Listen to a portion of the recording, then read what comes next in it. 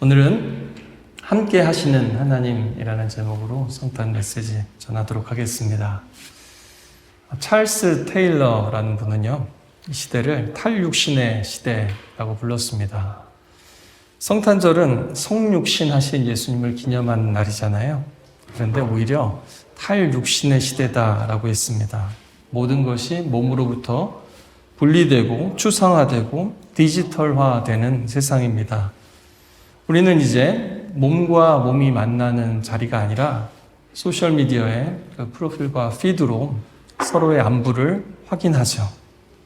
표정이 사라진 대화, 온도가 사라진 언어, 침묵과 기다림이 지워진 소통이 이 시대를 정의하고 있습니다. 관계는 더 이상 진짜로 함께 있는 것이 아니라 노출과 반응으로 또 클릭수로 구성이 됩니다. 친밀함이라는 것은 오랜 시간을 두고서 깊어지는 그런 관계가 아니라 얼마나 즉시 응답하는가 하는 속도로 계산됩니다. 우리 삶이 분명 굉장히 편해졌습니다. 정말 좋은 유익도 많죠. 멀리 떨어진 가족들하고 옆에 있는 것처럼 대화할 수 있습니다. 그런데도 이상하게 갈수록 더 많이 외로워집니다. 접속과 연결은 끊임없이 되지만 진짜로 마음을 나누고 진짜로 함께 한다라는 느낌은 줄어듭니다. 가상이 현실인지 현실이 가상인지 갈수록 모호해지면서 우리 관계도 갈수록 피상적이 되고 가벼워지고 얇아지죠. 최근에는 챗 GPT와 결혼한 여성의 기사가 떴더라고요. 이유가 전 남친과 파혼이 결정적인 이유예요. 상처받았다는 얘기죠. 그리고 장점은 전혀 싸우질 않는다라는 겁니다. 인공지능은 대화를, 사실 사람과의 대화와 관계라는 것은요, 까칠해야 정상입니다. 그렇죠? 까칠하고 갈등이 있고 마찰이 있어야 되는데 지금 시대는 그런 것들을 다 제거하고 매끈하게 만들어 버립니다. 그래서 이해와 오해, 그리고 와해와 화해, 어떤 끊임없는 과정이 사라지고 있어요. 삽인과 어떤 협상에 아주 지난하고 느린 과정이 생략되어 가고 있습니다. 내가 즉시 원하는 답을 줄 수 있는 시스템으로 온 사회가 바뀌고 있습니다. 로봇과 자동화는 노동을 덜어주지만 우리 가운데도 전공하시는 분이 계시죠. 그러나 동시에 우리가 서로 기대고 배우고 성장하는 그런 느린 과정이 뭔가 증발해버리고 있습니다. 관계조차도 알고리즘화되는 세상에서 특히 우리의 몸은 귀찮은 제약이 되거나 분해되고 상품화될 대상이 됩니다. 최근에 12월 4일에 아트페어에 보니까요, 좀 충격적인 작품이 나왔어요. 보니까 유명한 테크 기업의 CEO들이 머리고요. 몸통은 강아지 로봇이 된, 이거는 기술이 아니라 예술입니다. 오해하지 마시고요. 자극적이죠. 마이크 윈켈만이라는 아티스트가 저렇게 했어요. 근데 이상한 것은 뭐냐면요, 저기에 예술가들 2명의 얼굴도 같이 넣었어요. 그 사람이 누구냐면은 피카소와 앤디 워홀이라는 급진적인 예술가입니다. 그들의 공통점이 뭘까? 그리고 그가 스스로 해석을 해줬어요. 작품에 대해서. 뭐냐면 피카소나 앤디 워홀은 특히 인간의 몸에 대한 어떤 관점과 시선, 그것을 새롭게 해주는 그런 작품을 많이 했는데, 지금 이 시대에는 그런 테크 기업의 리더들이 예전에는 예술가들이 어떤 우리 현실을 보면서, 우리 보통 사람들이 왜 시인도 그렇잖아요. 보통 사람들은 느끼기는 하는데 발견하지 못했던 것을 발견해서 보여줌으로써 어떤 그 현실을 자각하게 하고 각성하게 하는 그런 역할들을 예술가들이 많이 하는데요. 지금은 테크 기업의 리더들이 그 역할을 하고 있다는 겁니다. 인생의 의미를 해석해주고 또 인생을 실제로 구성하고 있다라는 겁니다. 그런데요, 피카소는 보면요, 저렇게 단면적이고 어떤 또 보통 우리가 보는 게 아니라 원통이나 삼각형이나 이런 큐비즘이라고 하죠. 그래서 다른 시선과 구도를 가지고 어떤 특별한 형식을 가지고 보는 것들을 많이 했어요. 그러면서 몸이 한 가지로만 보는 게 아니라 조각나고 파편된 이미지로, 그 왜 그가 그렇게 했냐라는 배경을 보면요, 그 당시에 이제 사진기가 나온 거예요. 사진기. 그러니까 그림을 그리는 것이 예전 똑같이 현실을 잘 그리는 게 의미가 별로 없어지는 거죠.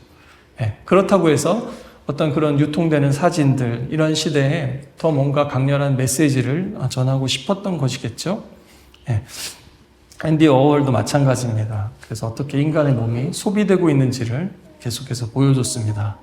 또 하나, 이 시대의 기묘한 현상 중에 하나는 좀비 콘텐츠의 부흥이죠. 살아있지만 죽어있는 몸, 살아있지만 인간의 몸과 비슷한 것 같지만 사랑하지도 기억하지도 못하는 존재입니다. 어쩌면 이것은 몸과 영혼이 분리된 이 문화가 스크린 위에 투사된 것일지도 모르겠습니다. 우리 현실의 악몽이 어떤 스크린상으로 투사된 것일지도 모른다는 거죠. 몸을 부끄러워하고 그저 껍데기처럼 취급하는 문화, 특히 약하고 늙어가고 죽어가는 몸은 이 현대사회에서 깊이 대상입니다. 그리고 그 밑바닥에는 오래된 이원론이 깔려있죠. 영혼은 고귀하고 몸은 소모품이라는 생각입니다. 바로 그런 세상에서 다시 이 오래전에 오신 예수님의 성육신 사건은 다시 한번 무엇이 중요한지를 가르쳐 줍니다. 그리고 성육신 사건은 우리에게는 더더군다나 사실 낯설고 난해하고 받아들이기 어려운 사건이라는 것을 다시 한번 생각해 볼 필요가 있습니다. 너무 익숙한 것 같지만 사실은 참된 성육신의 의미를 놓칠 수 있다는 거죠. 차라리 그 캐럴송 있지 않습니까? 울면 안 돼, 울면 안 돼. 왜 안 되죠? 우는 아이에겐 어떻게 해요? 산타가 선물을 안 주신대요. 네, 그게 캐럴송 아닙니까? 산타는 우는 아이에게는 선물을 안 주는 산타예요. 세상의 산타는. 이게 근데요, 사실은 훨씬 더 상상하기 쉽고 받아들이기 쉽고 그게 옳다라고 생각을 한다는 거죠. 말 잘 듣고 말썽 안 피우면은 징징거리지 않으면은 상 주고 말 안 듣고 원하는 대로 안 하면 국물도 없는 세상은 대체로 그렇게 굴러갑니다. 그렇죠? 그런데 하나님은 그 정반대의 길을 선택하셨습니다. 크리스마스의 기적, 크리스마스의 선물은 우리가 예상하지도 상상하지도 못했던 모습으로 도착했습니다. 여러분, 하나님이 보세요. 세상은 울면은 선물을 안 줘서 그러면 우는 사람에게 상을 주시려고 찾아오셨다. 이거는 좀 이해가 되시죠? 여기까지는? 그렇죠? 그 하나님이 참 선하시고 좋다. 근데요, 받아들이기 어려운 건 뭐냐면요. 하나님이 우는 아이, 울지 않는 아이가 아니라, 찾으러 온 게 아니라, 하나님 자신이 우는 아이로 오셨다고요. 믿어지십니까? 받아들여지십니까? 따라서요, 여러분. 세상은 울면 안 돼, 울면 안 돼 부르죠? 우리는 크리스마스 때 이렇게 불러야 됩니다. 울어도 돼, 울어도 돼. 우는 사람을 위해서, 가난한 사람을 위해서, 눌린 자들을 위해서 아기 예수님이 오셨대 라고 우리는 찬양해야 합니다. 더 나아가서 울어도 돼. 우리 예수님도 바로 우는 아이와 같은 우리 인간의 모습으로 이 땅에 오셨대. 이것이 바로 크리스마스의 복음입니다. 이렇게 딱 함께 고백해 보실까요? 울어도 괜찮아. 네, 우리 옆에도 우리 아이들한테도 얘기해 주십시오. 울어도 괜찮아. 네, 오늘 이 요한은 우리에게 예수님이 어떤 분이신지 다시 한번 소개합니다. 첫 번째는 말씀이 육신이 되신 분이다 라고 말하죠. 보통 사람들이 바라는 시는 그렇습니다. 평소에는 좀 너무 가까이 개입하고 간섭하는 거 별로 안 좋아해요, 사람들이. 그래서 평소에는 좀 저 하늘나라에 계시고 그 대신에 모든 것을 살펴보시다가 내가 주여 하거나 필요할 때 호출하면은 따란 나타나서 언제든지 즉시 응답하고 문제를 해결해 주는 신. 이것이 보통 우리가 생각하는, 사람들이 생각할 수 있는 신입니다. 일종의 슈퍼맨이나 지니 같은 그런 존재죠. 그런데 오늘 말씀은 그런 신에 대한 기대를 산산이 깨뜨립니다. 말씀이 육신이 되었다. 크리스마스는 하나님이 문제가 있어서 AS1 잠시 출장 방문하러 이 땅에 오시고 문제 해결하시고 떠나신 사건이 아니라는 겁니다. 하나님이 사람이 되신 사건이에요. 알리스터 맥그레스는 이렇게 말했습니다. 세상을 만드신 분이 세상에 거하시어 세상의 일부가 되셨다. 시공간의 제약을 받지 않으시는 우리 창조주 하나님께서 시공간에 갇혀있는 우리 인간의 삶 속으로 들어오신 겁니다. 이것은 참으로 기이하다 못해 불경하게 들릴 수도 있습니다. 왜 전능하신 분이 이런 유한함을 선택하셨을까요? 왜 굳이 하나님은 사람이 되셔야만 했을까요? 이것은 우리가 가진 구원 개념을 하나님에 대한 생각을 완전히 뒤집기 위해서입니다. 하나님은 외부에서 전지전능하고 초월한 힘으로 구원하시려고 오신 게 아니라 우리의 내부로부터 또 하나님 자신이 스스로 약해지심으로 구원하시는 길을 선택하셨어요. 그래서 약함의 신학을 주창한 존 카프토라는 분이 있는데요. 그분은 이렇게 얘기했습니다. 신은 스스로 약해지고 의존적인 모습으로 오셔서 우리의 마음을 사로잡고 사랑을 불러일으키는 유혹에 가깝다. 이렇게 얘기했어요. 하나님의 방식을. 하나님은 우리를 굴복시키기 위해 오신 게 아니라 연약함 가운데 오셔서 사랑으로 초대하십니다. 복종을 강요하기보다는 우리의 마음을 감동하고 움직이시는 방식으로 일하신다는 거예요. 여러분, 약한 신 들어오셨습니까? 세상에 약한 신을 말하나요? 글쎄요. 솔직히 사람들은 내 힘으로 안 되는 문제를 해결해 줄 강력한 신을 찾지 않습니까? 그래서 이 하나님의 약함은 그냥 무력함과는 다른 겁니다. 힘이 없어서가 아니라 힘이 있는데 사용하지 않기로 선택한 거죠. 하나님은 노아의 홍수 때처럼 온 세상을 파괴하고 심판할 수 있는 힘을 가지셨지만 그 힘으로 우리를 억누르는 대신에 스스로 낮아지셔서 우리의 마음을 얻는 방식을 택하셨습니다. 그리고 그 약함의 절정이 바로 엄마 품에 안겨있는 아기 예수입니다. 전능자께서 울고 젖을 먹고 기저귀를 차고 심지어 감기에도 걸릴 수 있는 무력한 아기의 몸으로 오셨다. 이것 자체가 성탄의 메시지입니다. 신의 위대함과 힘을 보여줘야 할 순간에 가장 취약하고 의존적인 모습으로 나타나신 거죠. 우리는 이런 하나님을 어디서 또 발견할 수 있습니까? 네. 이런 연약한 예수님은 바로 우리는 십자가에서 또한 발견합니다. 하나님의 영광은 우리의 기대와 정반대로 펼쳐졌습니다. 아기의 약함에서 시작해서 십자가에 죽을 수 있는 약함으로 이어졌죠. 구유와 십자가. 세상 눈에는 둘 다 저주의 표시입니다. 그러나 하나님의 눈에는 구원의 표시였습니다. 베들레헴과 골고다는 같은 진리를 선포하는 거예요. 하나님은 힘이 아니라 약해짐으로 구원하신다. 사람이 되신 하나님께서는 죄와 죽음의 밑바닥까지 우리와 함께 내려오셔서 십자가에서 죽으시고 죽음 자체를 깨뜨리시고 부활하셔서 우리에게 영원한 생명을 주셨습니다. 할렐루야.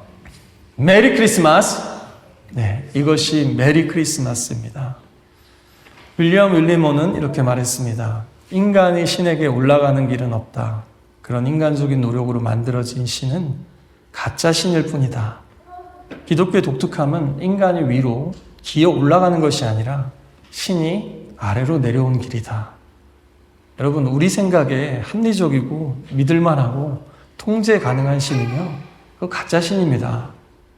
우리의 어떤 지적인 노력이나 도덕적인 혹은 경건한 수행으로 도달할 수 있는 것이라면 그것은 복음이 아닙니다. 하나님은 우리의 연약한 가운데 우리가 실제로 살아가는 삶의 자리에 찾아오셨습니다. 성탄은 말합니다. 네가 내게 올 수 없어서 내가 너한테 왔다고 말입니다. 여기서 육신이라는 의미가 중요합니다. 그것은 단지 우리의 몸만을 말하지 않습니다. 인간의 조건이죠. 배고픔과 피곤함, 사람들의 오해와 배신, 눈물과 상처, 그리고 결국 죽음에 이르는 그 끔찍한 가능성까지 우리의 모든 이 한계 전체를 뜻합니다. 하지만요, 이 썩을 육신도 하나님이 사랑하셔요. 몸이 사라지면 중요한 것들도 함께 사라지거든요. 허라는 영화에 보면은 AI와 사랑에 빠진 그 가상의 이야기잖아요. 근데 거기서도 사랑에 빠지다가 결국에는 몸을 찾습니다.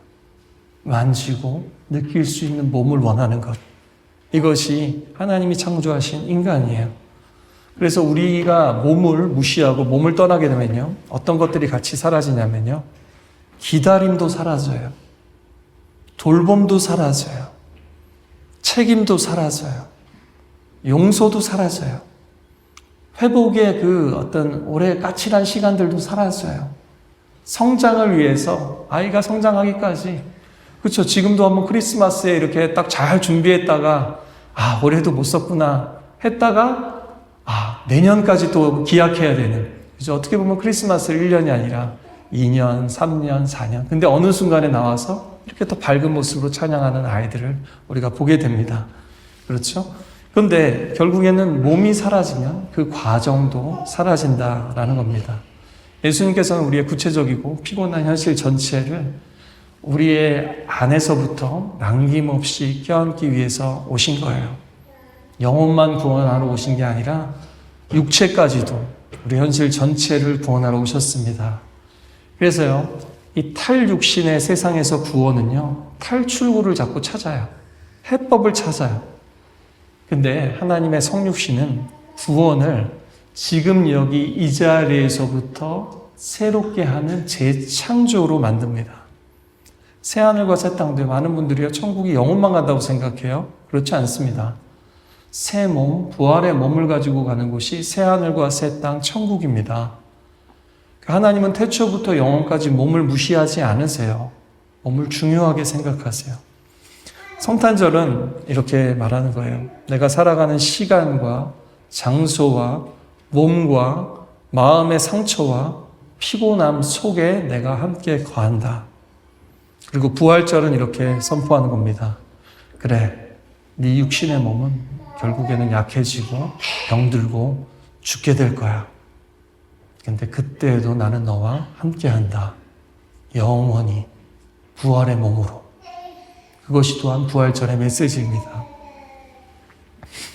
오늘 요한이 말하는 두 번째 예수님의 모습은요, 우리 가운데 계셨다. 그것은 거하셨다라는 뜻인데요, 본문을 보면 장막을 치고 함께 거하다라는 뜻입니다. 텐트 치고 함께 살고 함께 이동했다라는 뜻이죠. 또 이어지는 그 하나님의 영광, 은혜와 진리는요, 출애굽기에서 하나님께서 나타나셨던 장면들을 소환합니다. 이스라엘이 광야에서 길을 잃고 물과 음식이 없어서 헤매고요, 두려움과 짜증 속에 원망할 때 하나님은 어디 계셨을까요? 저 하늘에 계셨을까요? 저 멀리 안전하고 평안한 곳에 하늘의 궁전에 계셨을까요? 천사들이 날아다니고 반짝반짝하는 그 천국에 계셨을까요? 아니라는 겁니다. 구약의 하나님도 이스라엘의 하나님도 바로 그 이스라엘 사람들이 있는 그 자리에 똑같이 장막을 치셨고 그들 가운데 머물러 사셨다라는 겁니다. 궁전도 아니었어요. 나중에 성전을 지었지만 성전도 아니었습니다. 텐트예요, 텐트. 임시 거처죠. 임시 거처. 이것은 바람이 불면 흔들리고요, 비 오면 새고요, 금방 접었다가 또 다른 곳으로 이동하려면 또 접었다 펴야 되고요, 들고 옮기고 다녀야 됩니다. 그런데 하나님은 그 번거로운 장막을 선택하셨다라는 겁니다. 우리는 집 하나 있으면 안정된 삶을 살겠다 하고 정착하기를 원하는데 하나님은 끊임없이 이동하고 불안정한 이스라엘의 삶 가운데 찾아오셨다는 겁니다. 우리의 불안하고 흔들리는 삶 가운데 장막을 치신 분, 그분이 우리 하나님이십니다. 그래서 유진 피터스는 메시지에서 이렇게 의역을 했죠. 말씀이 살과 피가 되어 우리 동네로 이사 오셨다. 네. 진짜 우리가 살아가는 매일매일 속으로 찾아오셨다라는 것이요. 예수님이 살과 피로 오셨다라는 게 그런 뜻입니다. 관념이나 철학이 아니라 피부에 닿을 정도로, 때로는 닭살 돋게 구체적으로, 실제적으로, 현실적으로 우리에게 찾아오셨습니다. 우리의 고통과 눈물과 혼란 속으로 걸어 들어오신 거예요. 성탄은 그래서 하나님이 계신 곳이 어디인지를 다시 생각해 보라고 합니다. 하나님의 시선이 머무는 곳에 우리의 시선도 향하기 원합니다. 우리가 찬양하는 것처럼요. 어디였습니까? 베들레헴이라는 작은 동네였습니다. 여관에 그 방도 없던 곳이었습니다. 깜깜한 밤이었습니다. 갓난아이의 울음소리와 젖비린내가 나는 자리였습니다. 그곳이 하나님이 계신 곳이었습니다.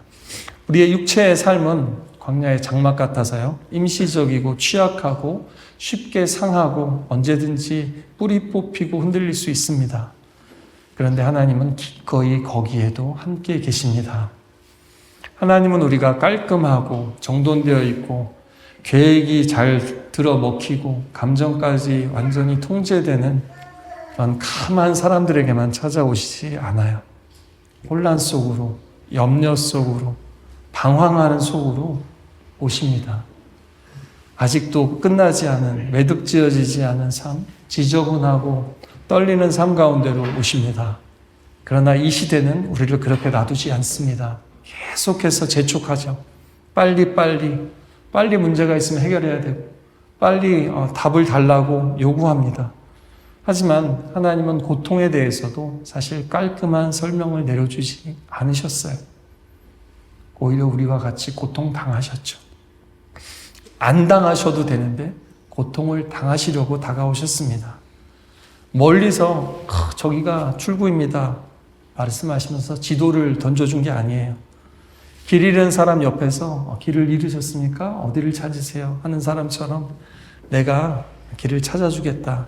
내가 말하는 대로 하면 된다라고 하면서 같이 인도해 주십니다. 하나님은 자기 자신을 답으로 주신 거예요.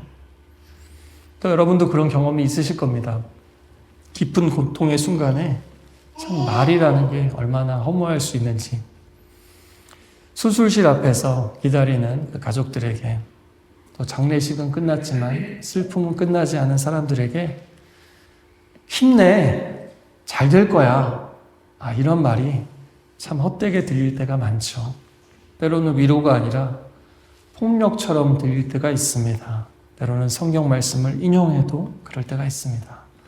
그럴 때 정말 필요한 것은 설명이나 조언이 아니라 그저 말없이 곁에 앉아서 어깨를 내어주는 사람입니다. 그렇지 않던가요? 또 우리를 살리는 것도 그래서 되게 말이 아니라 곁에 있어주는 사람이죠. 때로는 지적질하지 않아도 떠나지 않고 끝까지 함께 있어주는 존재입니다. 우리와 함께 거하시는 하나님이 바로 그런 분이십니다. 할렐루야. 또 우리 옥스퍼드 한인교회도 하나님께서 떠나지 않고 여기까지 함께 해주신 줄 믿습니다. 또 여러분도 떠나지 않고 이 자리까지 믿음으로 오신 것을 하나님께서 기억해 주시길 원합니다. 성탄은 그래서 하나님께서 우리의 고통 밖에 계시지 않다는 사실을 말해줍니다. 예수님께서 배척당하셨습니다. 오해받으셨습니다. 우셨습니다. 버림받으셨습니다. 십자가에 못 박혀 죽으셨죠. 복음은 고난이 전부 사라질 것이라고 약속하지 않습니다. 복음은 그러나 그 고난 속에서도, 심지어 죽음 속에서도 하나님이 우리와 함께 하신다라고 약속합니다. 따라서요, 우리도요, 믿는 사람들 특히요, 고통을 더 정직하게 바라볼 필요가 있습니다. 마냥 행복한 얼굴로 믿음과 승리를 외친다고 해서 그게 사실이 아닙니다. 그런 믿음이야말로 우리의 고통의 현실 속으로 들어온 성육신의 진짜 의미를 왜곡하는 신앙일 수 있습니다. 교회는 모두가 항상 웃어야만 하는 곳이 아닙니다. 무조건 밝은 얼굴로 예배하고 축복하는 장소가 아닙니다. 우리 가운데는 여전히 슬픔과 고통, 답이 없는 문제들이 있잖아요. 그렇죠? 그것을 인정하고 고백하는 겁니다. 그럼에도 불구하고 여전히 예수님이 함께 하심을 믿고 또 나도 끝까지 함께 하기로 선택하는 공동체, 그것이 바로 교회입니다. 이것이 바로 성막의 의미, 성육신의 의미, 예수님의 이름입니다. 예수님의 이름이 뭐죠? 예수, 죄에서 구원할 자, 구원하다라는 뜻입니다. 또 다른 이름이 있어요. 뭐죠? 임마누엘입니다. 임마누엘, 함께 우리와 하나님입니다. 하나님이 우리와 함께 계시다. 잠깐 머물러서가 아니라 끝까지 함께 하시기 위해서요. 예수님은 지금도 우리와 함께 하십니다. 십자가에 박히셨던 그 몸을 가지고 여전히 예수님의 손에는 십자가 못자국이 있습니다. 그러나 놀랍게도 부활하신 몸으로, 그리고 지금 이 순간에는 우리 몸 안에 계신 성령으로 함께 하십니다. 우리 가운데 장막을 주시고 어디에도 가지 않는 하나님, 우리도 하나님과 멀어지지 않고 떠나지 않았으면 좋겠습니다. 말씀을 뵙겠습니다. 성탄은 모든 것이 탈육신화되는 세상 속에서 예수님이 찾아와 거하시는 우리의 몸, 우리의 현실이 얼마나 소중한지를 다시 한번 깨닫게 합니다. 우리는 탈육신이 아니라 성육신을 닮아가라고 부름받았습니다. 할렐루야. 사람이 정보와 데이터로 환원되고 관계가 알고리즘으로 구성되는 이 시대에 우리는 말씀을 살아내야 합니다. 우리의 두뇌로, 우리의 마음으로, 우리의 손과 발로 말씀이 몸이 되는 것이 무엇인지를 살아야 합니다. 교회는 그래서 탈육신에 저항하는, 탈육신의 세계와 함께 싸우는 공동체입니다. 오늘날 세상의 관계망은 한 가지 논리로 계속해서 뻗쳐나가죠. 더 빠르게, 더 가볍게, 더 효율적으로, 더 부담 없이. 그래서 필요하면 끄고요. 원하면 바꾸고요. 불편하면 차단하는 관계입니다. 하지만 사랑은 그런 식으로 작동하지 않죠. 사랑은 편리함이 아니라 불편함입니다. 매끄러움이 아니라 거칠고 까칠함입니다. 그런데도 마찰이 있고 충돌이 있고 그래도 같이 있겠다는 게 더 좋은 겁니다. 그리고 함께 있으면 그래서 언제나 우리의 몸을 요구합니다. 문제는 우리의 몸이 마음대로 잘 움직이지 않는 몸이에요. 그래서 우리의 육신을 쳐서 복종시켜라 라고 말씀하신 겁니다. 그 몸은 시간도 기다림도 손잡아줌도 말없이 곁에 있어줌도 함께 짐을 지는 일도 우리에게 요구하고 있습니다. 그래서 사랑의 하나님은 굉장히 불편한 방식으로 찾아오셨습니다. 아기로, 살과 피로, 또 울음으로, 장막으로 우리와 함께하기 오신 우리 예수님을 찬양합니다. 우리가 하늘로 올라갈 수 없었기에 이 땅으로 내려오셨습니다. 땅에 오신 후에도 더 내려가셨어요. 구유에서 십자가로 그 죽음의 깊은 곳까지 내려가셨습니다. 그리고 아버지 하나님께서는 그 아들을 부활시키시고 우리 안에 새 생명을, 또 새 몸과 새롭게 되는 세계를 열어주셨습니다. 하나님이 사랑 가운데 거하실 때 하나님의 하나님 되심이 가장 찬란하게 드러났습니다. 우리 역시도 다른 이의 고통스러운 삶 속에 함께 머무르고 그 무게를 짊어질 때 가장 나다워질 수 있음을 기억했으면 좋겠습니다. 가장 나다운 사람은 가장 인간적인 사람, 가장 인간적인 사람은 하나님을 닮은 사람, 하나님을 닮은 사람은 그리스도를 본받는 옥스포드 한인교회 사람. 할렐루야! 우리 함께 찬양하겠습니다.